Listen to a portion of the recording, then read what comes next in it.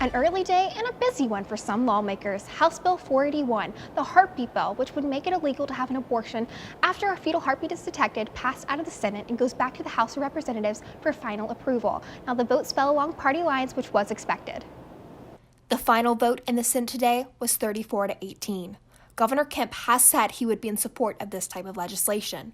Some Georgia legislators see this bill as a possible vehicle to the Supreme Court to eradicate Roe v. Wade.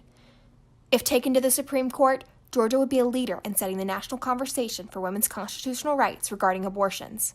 Senator C commented in a committee meeting on the constitutional right a woman has to her own body. My heart is heavy. I've made every attempt I can to try to rectify this non-common sense approach to a woman's right to do what she does, and that is her God-given right to give birth. With one final vote to be had in the House of Representatives, this legislation still has a ways to go before being signed by the governor. We'll keep you updated on the progress of this bill. On to our next story for the evening. Now, just how far has Georgia come on the issue of medical marijuana?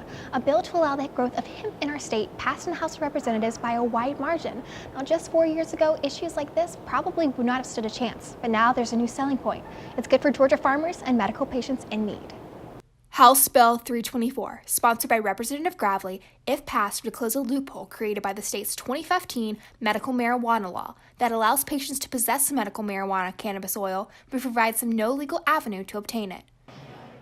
Parents and patients are having to drive thousands of miles to buy months of supply at once and then break federal law to get the medicine back to the loved ones they are trying to help.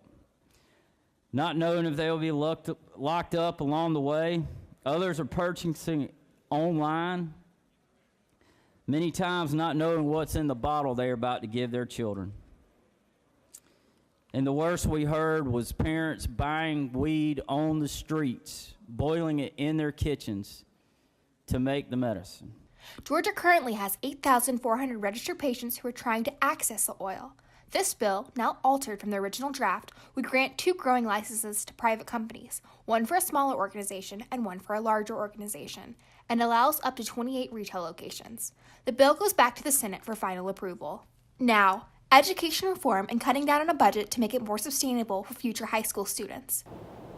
Titled the Georgia Dual Enrollment Act, has now passed through the Senate and is waiting on the House of Representatives for final approval. Now, this bill would make 9th graders ineligible to participate in dual enrollment, and it also puts a cap on the amount of hours students can take while in high school at a local college to 30 hours. As of 2018, 43,650 high school students were involved in the dual enrollment program. Currently, the 2020 budget is set to allocate $108 million to the program. The bill, House Bill 444, is set to be heard by the Senate later this week. This is Skylar Nicholson with GPB Lawmakers.